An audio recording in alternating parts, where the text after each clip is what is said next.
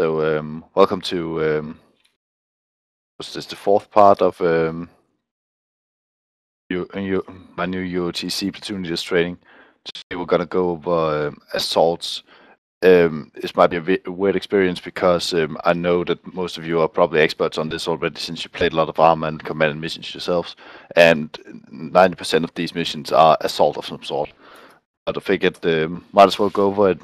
We might at least to give you some words to think about, some concepts you want to remember whenever you're doing offensive operations, or just at least get to discuss some tactics that we use differently. So I started off with the purpose of an offensive operation. That's in general for mission makers, also just for when you're giving your brief as a platoon leader. It's nice to give context to your people, so you also always want to know what is the purpose of your offensive operation today. And the most typical ones are to disrupt enemy coherence, securing or seizing terrain, denying the enemy resources, fixing the enemy, or gaining information.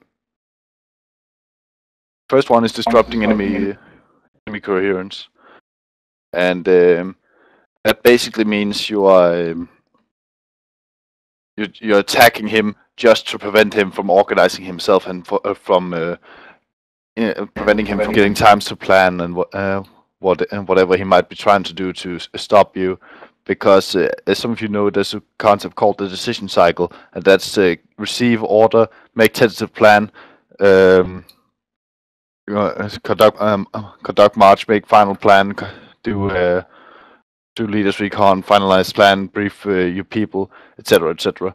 That decision cycle can be broken by doing offensive operations, basically just attacking an enemy somewhere he doesn't expect. So he has to redo his decision cycle because there's new threat out there, new plan, new mission, all that shit. And that can be a purpose of offensive operation. Just fuck the enemy's plan up, to prevent them from sleeping or whatever they're doing. Okay. Next thing is the obvious one, the most typical one: securing or seizing terrain. And that's anything from a hill that could be used as OP for the platoon, or a town, or a crossroad, or a railroad, or a bridge, or whatever. That's your very typical offensive mission. To take a piece of terrain that other units are supposed to be using to complete their objectives. For instance, seizing a bridge in order to allow a tank battalion to cross, or something like that. Denying the enemy resources.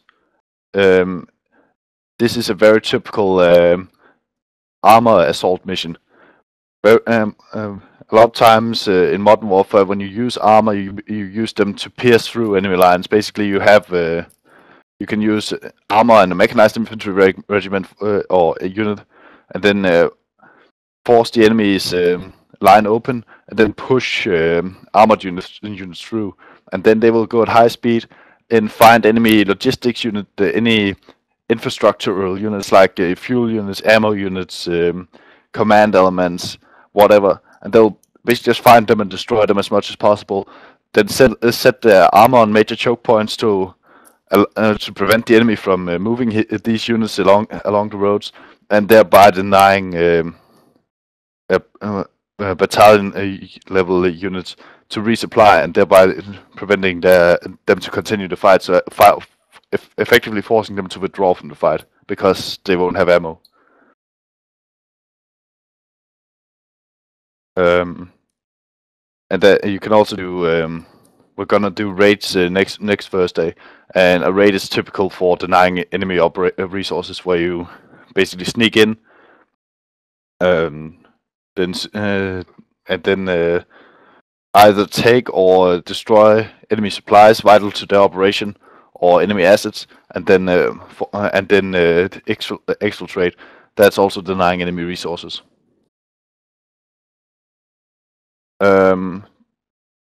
You can also do this to fix the enemy, and fix the enemy is basically just fighting him so he can't move. and that's also very good for if you have larger maneuvering elements like tanks or infantry units or units falling back or something. You might want to fight the enemy just to prevent him from maneuvering around your position or attacking some of your maneuvering units.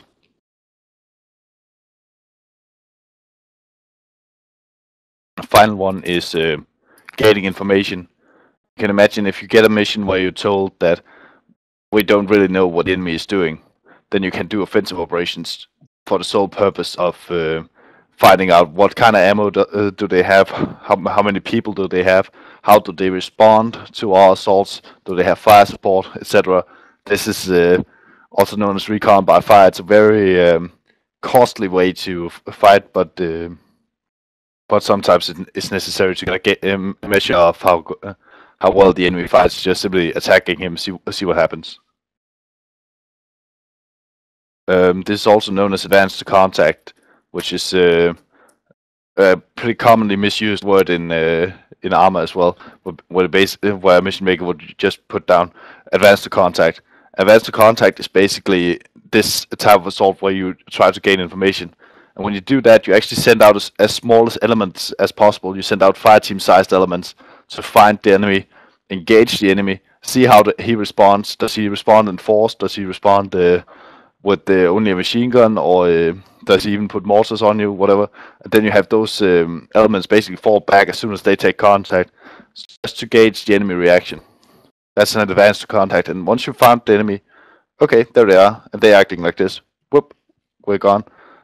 That's basically it. That's you've done your advanced contact. You got a sense of the enemy. You know what he's like, what he's doing. That's the objective of that.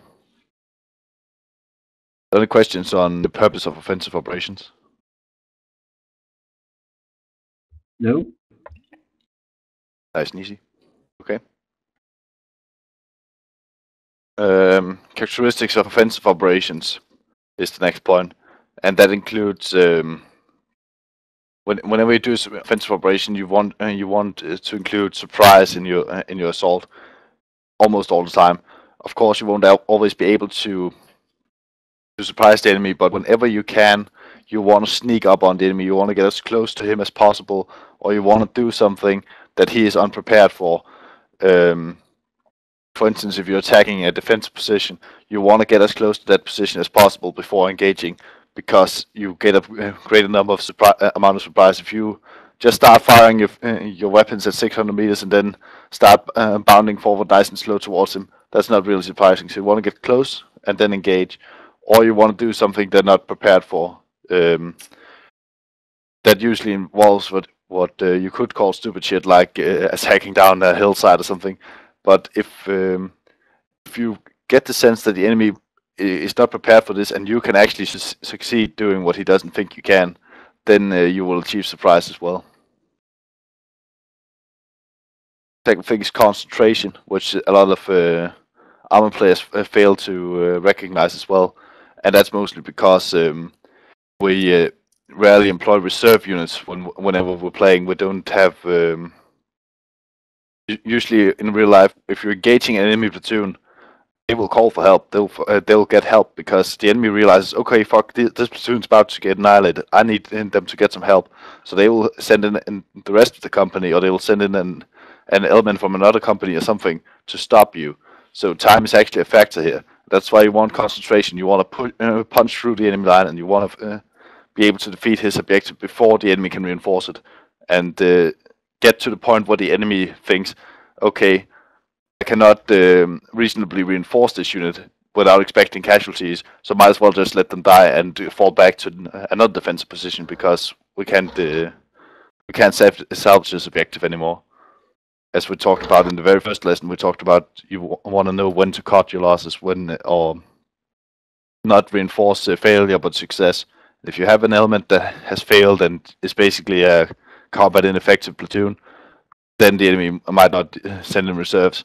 But if you fail at concentrating and having a high tempo on your mission, the enemy would in real life bring in reserves and fuck you up. And that's actually the next point. One thing is concentration. Of course, you want to you want to basically keep your platoon within 300 meters of each other at all times. And then next thing is tempo. You want to move fast. As soon as you get contact, you actually want to push to that target and take out the enemy units before they get reinforcements. So you can take the objective, be ready for get reorganized and be ready for a counterattack and defend that.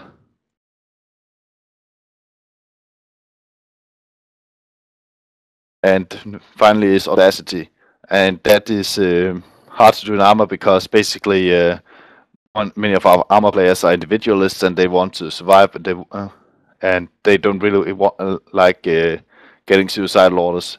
Neither does real life people, but at least you can teach real life people that if you can be audacious in your fight, you can be winning, and that's basically just a simple plan boldly executed, and that means.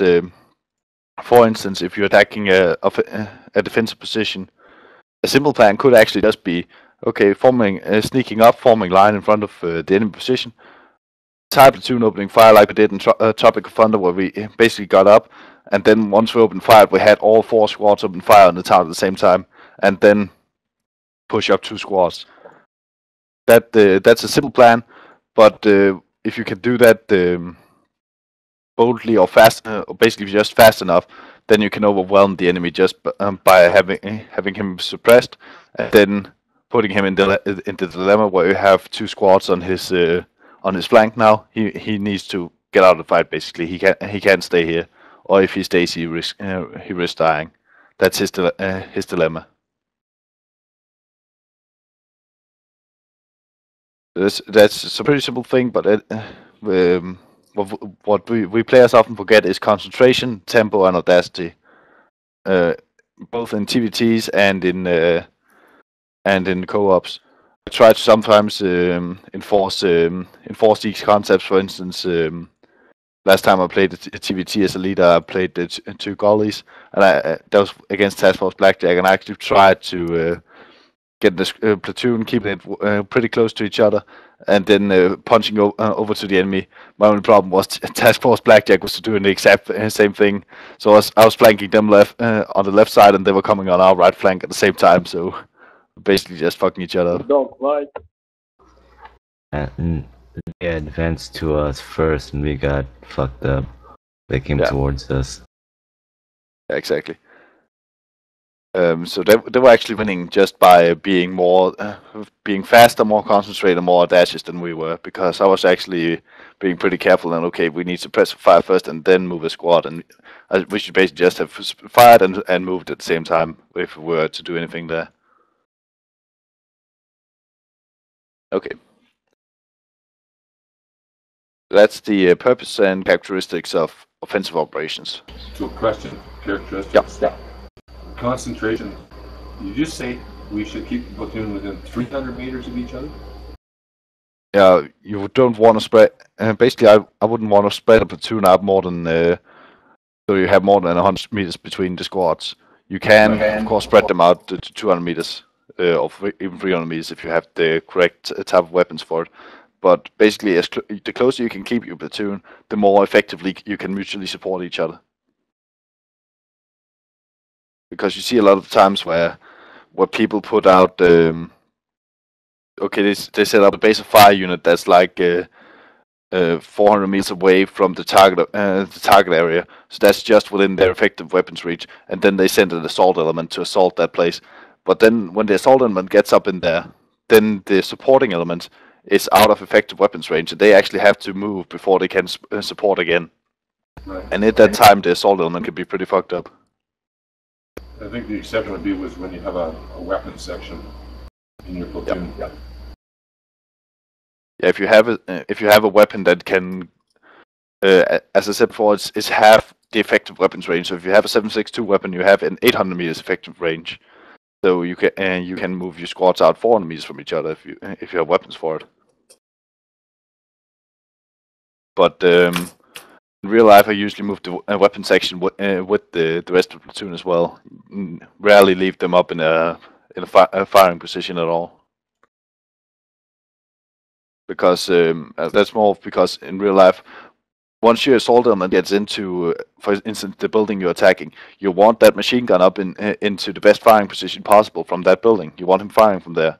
You want your AT gun up there so you can use him effectively. You don't really want them crawling about 400 meters back. Okay.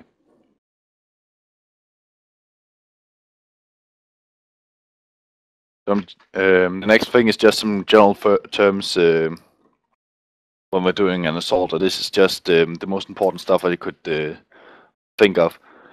I'm actually gonna go into Scribbler for this one, and then we're just gonna go through the points as we come along.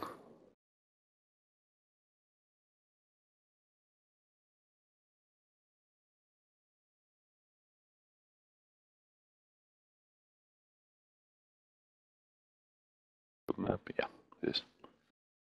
Okay, so is anyone on Scribbler yet? Wait, I can see. Say again, sorry? If you check the channel description, there's some links in there. The one that says whiteboard, go ahead and click that.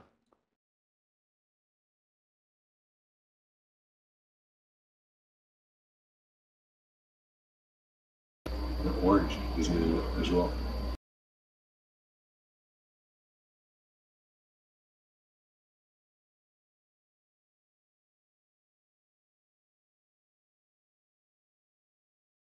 Orange, are you here? Hey, yeah, I'm here. What's up? Did you know you can look at the Scribbler by clicking on the link? Yeah, is there any way to sign me up? Yeah, just click the link and then just write your name, log in.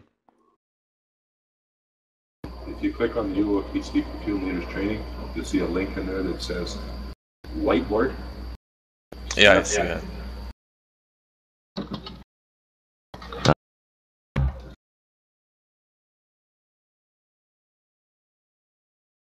Hey guys, starting off, we're going to start off with the term Operational Rendezvous, or ORV for short. And that is, we talked about that in the earlier courses. It's where your platoon meets up before an objective, before you're actually going into a certain objective. Then you're meeting up at an operational rendezvous point. And this case, it is pretty much what the cursor is at in the screenshot on the west side of a tree line. When you get into an ORV, you basically want to get into what's called a triangle formation, where you have a squad watching each side of this triangle, and then you have your weapon section divided out into the most dangerous direction. So you have your MG facing into the tree line, you might have your AT facing out on the road. Once that's done, you have your then you'll have your then you can bring in, as a platoon leader, you can bring in your squad leaders, maybe even the team leaders, and the 2IC is then in charge of handling security at that place. Once he satisfies, he comes in as well, and then platoon leader gives his briefing to the leaders. If possible, he can bring in all his people, but since this is the point where we're stopping just before we're engaging, then that wouldn't be advisable. So you would just bring in your leaders, give them the final brief here. Not too applicable in game, but sometimes it works out. And once you've done that, and this is the points you need to go over when you do that. So first, you have your operational rendezvous point. And in the operational rendezvous point, if you feel that you need to, this is also where you do your platoon, where you do your leaders recon. And leaders recon should not be underestimated. Getting up and actually watching an objective area before you move in is actually priceless. So if you have time for it and you feel that your players can handle it, go do a leaders recon, especially in wax, because if you can just get a feel for where the enemy might be at, then you're way ahead of anyone else. Okay, next thing you want to set up, depending on what kind of unit you are, there's something called a RP, or release point. And a release point is basically if you're where you tell your squads that they are to move on their own. This gonna be more make more sense later on. Yeah, we're actually gonna. Yeah, next thing is what's called line of departure. Gonna start off with that actually. Line of departure is where you want the platoon to line up and ready for an assault. And let's see if we can draw a straight line here. There, guys.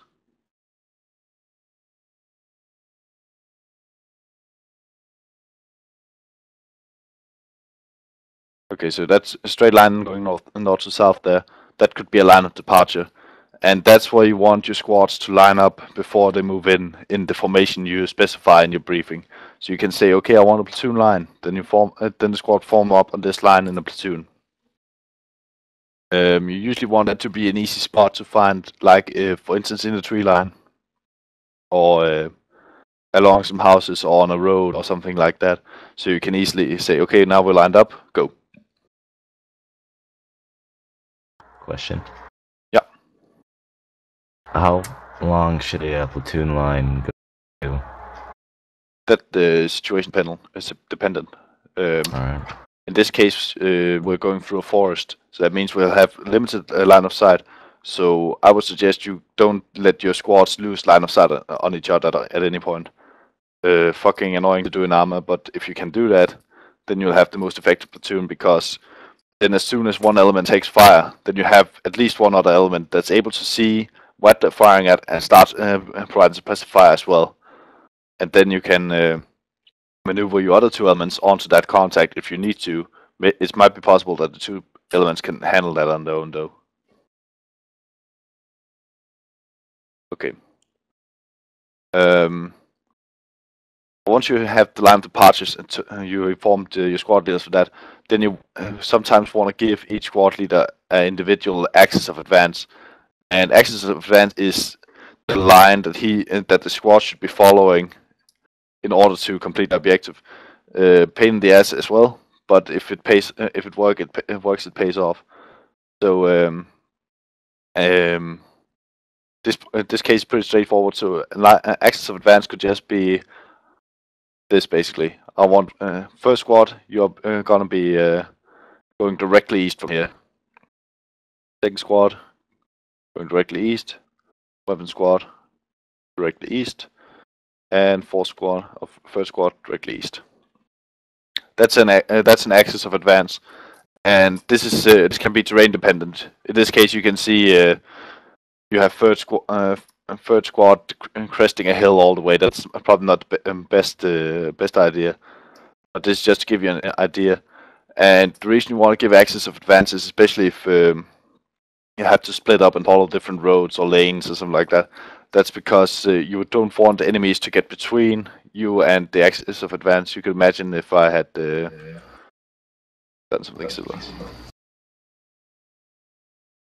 Okay, so I have one squad going like this, then I have another squad going here. Fuck, this is annoying. And then I have two other squads going on the north side of these hills because I don't want them up in the hills. The problem now is that since the axis of advance weren't close to each other, the enemy could still be up here, and they could actually be between us and be engaging us from the back of our formation. And that's something you don't want to have happening. So, if possible, you want to make sure you give your squad leader some sort of axis of advance and have them stick to it. Because if they can, then you won't get a situation where the enemy gets behind you and basically fucks you up like that. Make sense? Yeah. Okay. This is just real quick on axis of advance. Gonna read all these lines real quick. As you might have guessed, this is a base of fire mission. This is of course an assault. First thing this platoon leader wants to do is get a base of fire in the tree line, so he can overwatch Mustra and be ready to attack that town. Okay. Next thing is regulations, and that's exactly as you were taught in the marching orders course.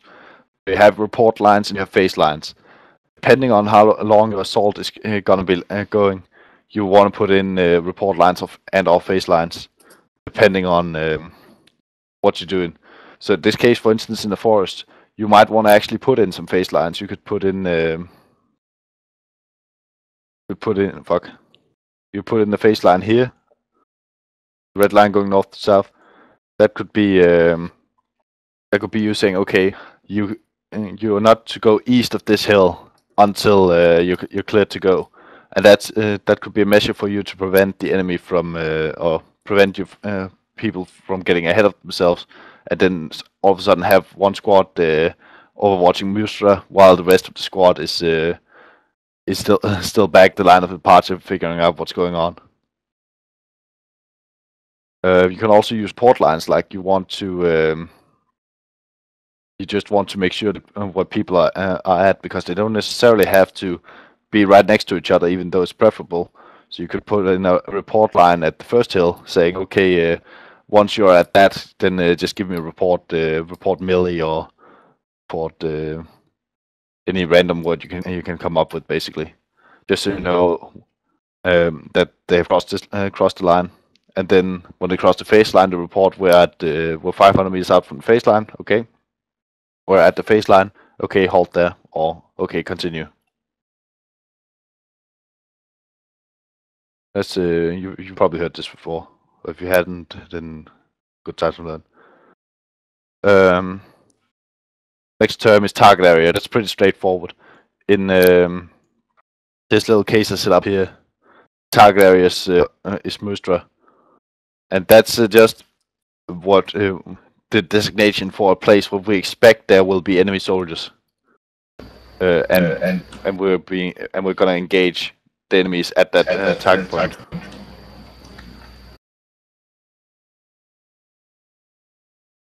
Okay.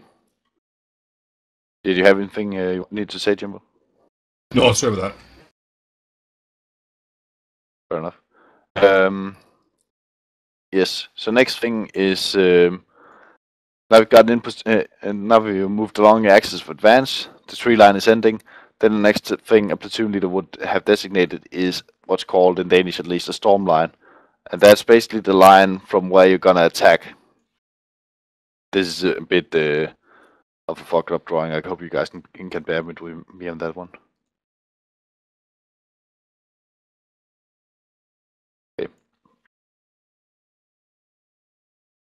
Okay, so in this case, the blue line is the storm line.